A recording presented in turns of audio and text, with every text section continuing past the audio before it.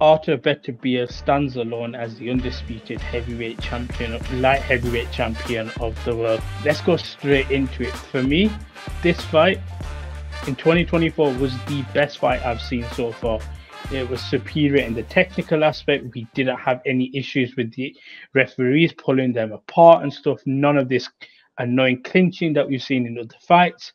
But at the end of the day, Artur Beterbiev stands alone as he wins on a decision against Dmitry Bivol. And I want to break this fight into thirds.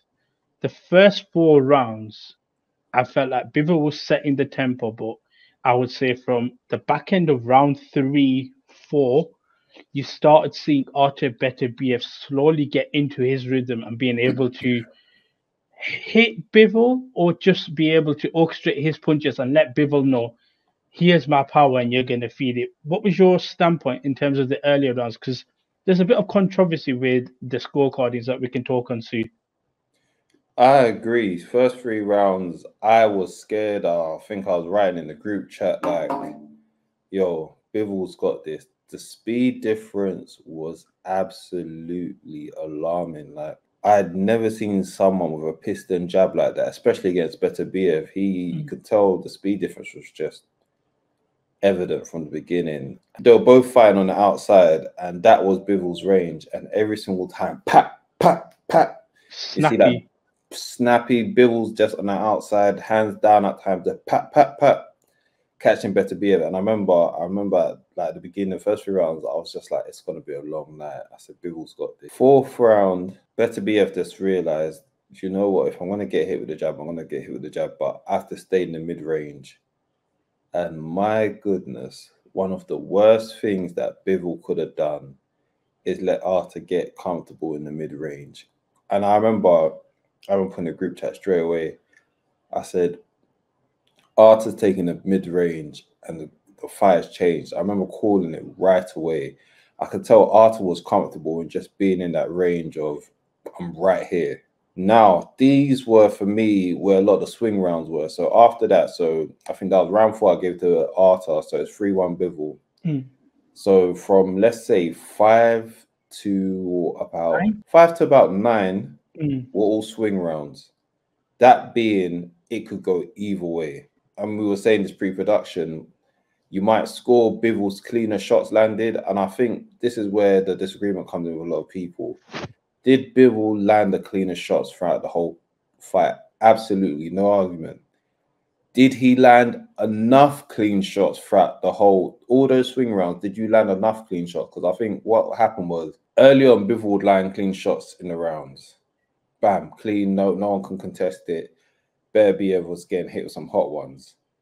But then the last minute and a half of every round, Beterbiev done the similar tactics to what Leonard done to Hagler. I'm gonna make sure that I put my foot on this, so the refs, I'm not the refs, the judges give me the round, so he would put pressure on him.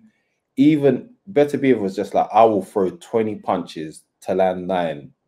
However, that's still 9 punches landed, even if they're not the most clean. And I feel like this is where people's argument is, because they're just like, yeah, but Bivol landed the cleaner punches. It doesn't matter, because if you land 5 clean punches, and not to say that Bivol did only land 5, but this is just an example. If you land 5 clean uncontested punches, and Beterbiev goes there, makes a dogfight, and lands, let's say, 9, not the cleanest of punches, but they're still landing. It's still 9 punches landed. It doesn't matter if it's not as clean. I was going to say, this is my argument as well, and we'll talk about that robbery aspect. For me, every time I started watching the fight, especially the second half, the tempo had changed. There was only one person for me that was dictating the tempo, and that was Beterbiev. Whether Bivol had 30 seconds to a minute good at any point in the round, I always had, when the round was ending, Artur's not in trouble in this. He's more comfortable than Bivol is at any point for the second half of this fight. And I think for me, like you said, I mean, there's pictures of Bivol as well, post-fight, and he talks about the power. Whether they land clean, whether they touch, whatever, there's so much power in the boxer's punch just touching you that you cannot dictate what you are going to do next. And I think we knew that coming into the fight. But what I will appreciate more is how technical savvy Artur Beterbiev was, because he looked like he fit in that fight, not just as a puncher, but a technical puncher, and he could go toe to toe with you. But more importantly, gain the tempo of the fight, and I think that was for me something that super stood out in that swing round period. We were saying this before the fight, where we were saying because of how many knockouts he has, people underestimate just how much good of a technician and tactically how good Yeah. Beterbiev is. To be tactical enough mid-fight to be like, I'm getting punched on the outside, and let me take that risk of I might be in range to get that jab, but let me go in the mid-range so that he has to stop me from doing damage to him as well, instead of just staying on the outside waiting for something to happen. And just tactically, you know, cutting off the ring of Bivol. Bivol was using brilliant footwork throughout the whole fight. And the fact that Artur, with bad knees and all, was able to keep up in a way where he's not even using as much energy. Artur's walking him down, whereas Bivol's, you know, like going side to side, using more energy. And that's also going to take more out of Bivol. And I think it did. Championship rounds. Well, for me, one of the biggest swing rounds was, I believe it was round 7, where Bivol, oh my goodness, I think after maybe 3 swing rounds, so maybe after 5.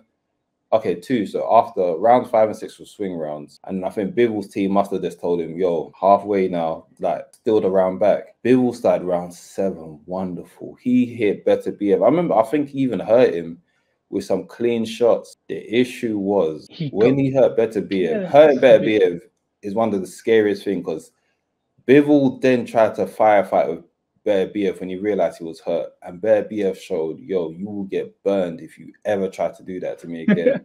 I remember like Bivol tried to go for the finish, and he caught some. Just got hit with. I want to say it was some punches from Beterbiev, and it was just like that's what I think. That's one of the rounds for me where Beterbiev ended strong, and I think Bivol just learned his lesson. Like, if I finish him, I have to be from range, from long range, because he tries to step into the fire with Beterbiev, and Beterbiev let him know, like, yo, you try to step in the fire, you will get burned. Like, this is short range and mid range. That's my house. That's my game. Beterbiev stood on business, exactly.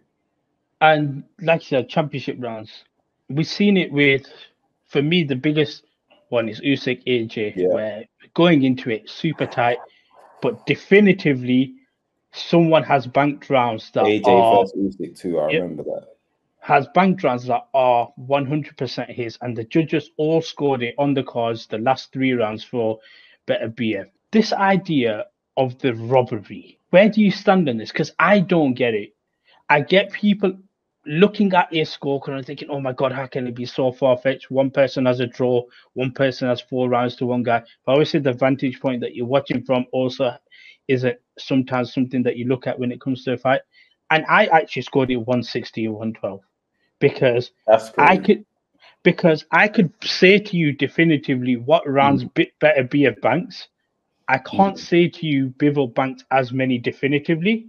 And then the swing rounds, anybody can get there. So that's how I came to that. What's your thoughts on the scorecards? And was it a robbery in your eyes? I think people are using robbery in the wrong context. Normally when people say robbery in boxing, it means that there was a clear winner that wasn't awarded. So, for example, like Catterall versus Josh Taylor.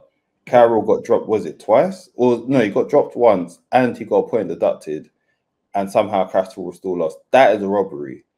You mean Taylor? Taylor dropped. Yeah. No, Catterall dropped Taylor, remember? Yeah, sorry, yeah, that's what I mean. Sorry, yes. So yeah, and then that's when you say that's a robbery, as in there was a clear winner who never got awarded. Whereas this one, I think people using robbery in the terms of they feel like Bivol had done enough to win it. Especially, obviously, the 116, 112 card, that's the one where people are just like, you're taking a piss. Because there'll be more at peace of 115, 113, where it's like one extra round? I get it. I get it, because I feel like for some people, they feel like there's not enough swing rounds to justify 116, 112. But I also understand the people that said it. Obviously, the more common consensus was either a draw or 115, 113. Yeah. However, what I will say is this, and it goes back to what we were saying in the group chat. Those championship rounds were where the fight was won. If you look at the scorecard, for a lot of them, Bivol was in front, and Beterbiev stepping up in the championship rounds and taking those from Bivol is where he got the win. So it's a difficult one for Bivol because how do you go into a fight with someone who's that powerful? And Beterbiev's power is like, it's like bludgeoning. It's not like knockout right away. It's bludgeoning power shots, and it doesn't leave him. Imagine that. Someone with that amount of power, and it don't leave you the later the fight gets. So I can imagine like your body's all being up and bruised, and this guy's still punching you in the arm and hurting you. And I just feel like that's where Beterbiev just knew that I can I can outlast you because the power's not going to go away. And even if I have to punch through your arms to get to you, I'll do that. And listen, it was a dogfight, and the dogfight won. Quickly then, do we do a rematch for this fight? Yes. The only reason I'll say yes is because unless Bivol wants to take time off and Beterbiev can fight mandatory, I feel like the fight was close enough to warrant a rematch. So I'm going to say this, and I can go into detail, but we are going to wrap up. I say no, and the simple reason is Bivol, for me, for a near perfect fight, didn't get the job done. Beterbiev for a perfect fight, but also didn't finish him. And if he has the opportunity next time, I believe he can finish Dmitry Bivol. I don't know, but I guess that's for the watchers and the listeners to tell us what they think. I don't know because my thing was I wanted Beterbiev to win only because Father Time's not on his side. Yeah, sure. And I'm happy. It didn't look like he needed Father Time. No. There were certain things in that fight that at the start, but once he dictated the tempo, I always say this, I think he had more in his locker for me. Listen, man, adjustments wins fights, and Beterbiev adjusted better. So if they do a rematch, it's going to be interesting. I just can't see it.